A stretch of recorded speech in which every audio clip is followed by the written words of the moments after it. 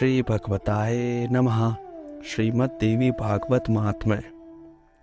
ऋषिगण तथा सूत जी का संवाद। देवी भागवत की महिमा। जो सृष्टि काल में सर्ग शक्ति, स्थिति काल में पालन शक्ति तथा संहार काल में रुद्र शक्ति के रूप में रहती हैं, चराचर जगत जिनके मनोरंजन की सामग्री है, परा पश्चंती मध्यमा एवं वैखरी वाणी के रूप में जो विराजमान रहती हैं, तथा ब्रह्मा विष्णु एवं शंकर के द्वारा जो आराधित है, वे भगवती आद्या शक्ति हमारी वाणी को सुशोभित करें। भगवान नारायण, नरश्रेष्ठ, अर्जुन, भगवती, सरस्वती एवं महाभाग व्यास जी को प्रणाम करके इस देवी भागवत नामक विजय गाथा का उच्चारण करना चाहिए। ऋषिगण बोले, सूत जी आप बड़े बुद्धिमान हैं। व्यास जी से आपने शिक्षा प्राप्त की है। आप बहुत वर्षों तक जीवित रहे। भगवान, अब आप हमें मन को प्रसन्न करने वाली पवित्र कथाएं सुनाने की कृपा कीजिए। भगवान विष्णु के अवतार की पावन कथा संपूर्ण पापों का संहार करने वाली एवं अत्यंत अद्भुत है। हम भक्ति पूर्वक उसका श्रवण कर चुके हैं। भगवान शंकर का दिव्य चरित्र, भस्म और रुद्राक्ष धारण करने की महिमा तथा इसका इतिहास भी आपके मुखारविंद से सुनने का सुअवसर हमें मिल चुका है। अब हमें वह कथा सुनाने की इच्छा है जो परम पवित्र हो तथा जिसके प्रभाव से मनुष्य सुगमता पूर्वक भुक्ति और मुक्ति के सम्यक अधिकारी बन जाए। महाभाग, आपसे बढ़कर संदेह निवारण करने वाला अन्य किसी को हम नहीं देखते। आप हमें मुख्य कथाएं कहने की कृपा कीजिए, जिससे कलयुगी मनुष्य को भी सिद्धि मिल सके। सूत जी कहते हैं, ऋषियों तुम बड़े भाग्यशाली हो। जगत के कल्याण होने की इच्छा से तुमने वह बहुत उत्तम बात पूछी। अतः संपूर्ण शास्त्रों का जो सार रूप है, वह प्रसंग विशद रूप से तुम्हारे सामने मैं उपस्थित करता हूँ। ऋषियों ने कहा, महाभाग सूत जी, आप वक्ताओं में सर्वश्रेष्ठ हैं। वह पुराण कैसा है और वह उसके सुनने की कौन सी विधि है? कितने दिनों में यह कथा संपन्न होती है? इस कथा में किस देवता का पूजन होना चाहिए तथा कितने मनुष्य पहले इसे सुन चुके हैं और कौन कौन सी अभिलाषाएं पूर्ण हो चुकी हैं? यह सब हमें सुनने की कृपा कीजिए। सूत जी कहते हैं, व्यास जी भगवान विष्णु के अंश हैं। पराशर जी उनके पिता और सत्यवती माता हैं। व्यास जी ने वेदों को 4 भागों में विभाजन करके उन्हें अपने शिष्यों को पढ़ाया, किंतु जो संस्कारहीन नीच कुल में उत्पन्न वेद पढ़ने के अनाधिकारी एवं स्त्रियां और मुखरजन हैं, उन्हें धर्म का ज्ञान कैसे हो? यह चिंता उनके मन में जाग उठी।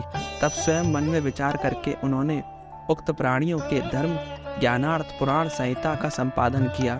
18 पुराणों की रचना करके उनको मुझे पढ़ाया। महाभारत की कथा भी सुनाई। उसी समय मुक्ति और मुक्ति देने वाला देवी भागवत नामक पुराण रचा। स्वयं उसके वक्ता बने और राजा जन्मेजय को श्रोता होने का सुअवसर प्राप्त हुआ। पूर्व समय की बात है। जन्मेजय के पिता राजा परीक्षित थे। उन्हें तक्षक सर्प ने डस लिया था। उनकी दुर्गति निवारण के लिए जन्मेजय ने देवी भागवत सुना। वेद व्यास जी के मुखारविंद से 9 दिनों में इसकी श्रवण विधि संपन्न की। वे त्रिलोकी जननी भगवती आद्या शक्ति का विधि पूर्वक पूजन करते थे। नवाग्रह समाप्त होने पर उसी क्षण महाराज परीक्षित को भगवती का परम धाम प्राप्त हो गया। दिव्य रूप धारण करके वे वहां पधार गए। पिता को परम धाम प्राप्त हो गया, यह देखकर राजा जन्मेजय को अपार हर्ष हुआ। उन्होंने मुनिवर व्यास जी की भली भांति पूजा की। जो मानव भक्ति पूर्वक देवी भागवत की कथा सुनते हैं, सिद्धि सदा उनके संगठट खेलती रहती है। अतः उन्हें निरंतर इस पुराण का श्रवण करना चाहिए। सत्ययुग, त्रेता और द्वापर में अनेकों धर्म थे, किंतु कली के लिए एक पुराण श्रवण ही धर्म रह गया है। इसके सिवा मनुष्य का उद्धार करने वाला दूसरा कोई धर्म ही नहीं है। कली के मनुष्य धर्म और आचार से हीन एवं अल्पायु होंगे। उनके कल्याण के लिए भगवान व्यास ने पुराण संज्ञक इस अमृत रस का निर्माण किया। इस देवी भागवत के श्रवण में मास और दिवस का कोई खास नियम नहीं है। मनुष्य सदा इसका श्रवण कर सकते हैं। आश्विन, चैत्र, वैशाख और जेठ के महीने में तथा 4 नवरात्रों में सुनने से यह पुराण विशेष फल देने वाला होता है। नवरात्र में इसका अनुष्ठान करने पर मनुष्य सभी पुण्य कर्मों से अधिक फल पा लेते हैं। अतः इसे नवाग्रह यज्ञ कहा गया है। जो कलिपुरुषित विचार वाले, पापी, मूर्ख, मित्रद्रोही, वेद की निंदा करने वाले, हिंसा में संलग्न और नास्तिक हैं, उनका भी कली में इस नवाग्रह से निस्तार हो जाता है। महान तप, व्रत, तीर्थदान, नियम, हवन और यज्ञ आदि करने पर भी मनुष्य को जो फल दुर्लभ रहता है वह भी नवाग्रह से सुलभ हो जाता है। अतः देवी भागवत सर्वोत्तम पुराण माना जाता है। धर्म, अर्थ, काम और मोक्ष की प्राप्ति के लिए यह सर्वोपरि साधन है। सूर्य के कन्या राशि में स्थित होने पर आश्विन मास के शुक्ल पक्ष में की अष्टमी तिथि के दिन श्रीमद् देवी भागवत की पुस्तक सोने के सिंहासन पर स्थापित करके भक्ति पूर्वक योग्य ब्राह्मण को दान करनी चाहिए। ऐसा करने से वह पुरुष देवी का प्रीति भाजन होकर उनके परम पद का अधिकारी बन जाता है। जो पुरुष देवी भागवत के एक श्लोक अथवा आधे श्लोक का भी भक्ति भाव से नित्य पाठ करता है, उस पर देवी प्रसन्न हो जाती हैं। महामारी, हैजा आदि भयंकर बीमारियां तथा अनेकों उत्पात भी देवी भागवत के श्रवण मात्र से शमन हो जाते हैं। पूतना आदि बाल ग्रहकृत तथा भूत प्रेत जनित जो भय है वे इस देवी भागवत के श्रवण के से पास भी नहीं फटक सकते। भक्ति पूर्वक देवी भागवत का पाठ कर और श्रवण करने वाला मनुष्य धर्म, अर्थ, काम और मोक्ष के फल का अधिकारी हो जाता है। भगवान श्री कृष्ण प्रसेन को खोजने के लिए चले गए, बहुत समय तक नहीं लौटे। तब वासुदेव जी ने यह देवी भागवत पुराण सुना। इसके प्रभाव से इन्होंने अपने प्रिय पुत्र श्री कृष्ण को शीघ्र पाकर आनंद लाभ किया था। जो पुरुष देवी भागवत की कथा भक्ति के साथ पढ़ता और सुनता है, भुक्ति और मुक्ति उसके करल गत हो जाती है।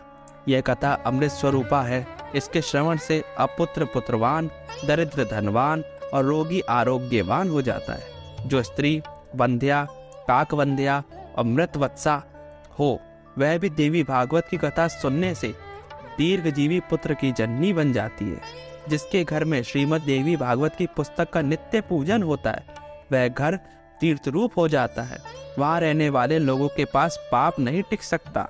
जो अष्टमी, नवमी अथवा चतुर्दशी के दिन भक्ति के साथ यह कथा सुनता या पढ़ता है उसे परम सिद्धि उपलब्ध हो जाती है।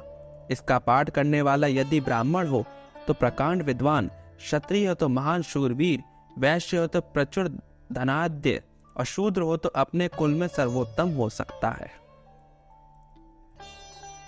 श्रीमद् देवी भागवत अध्याय 1 समाप्त।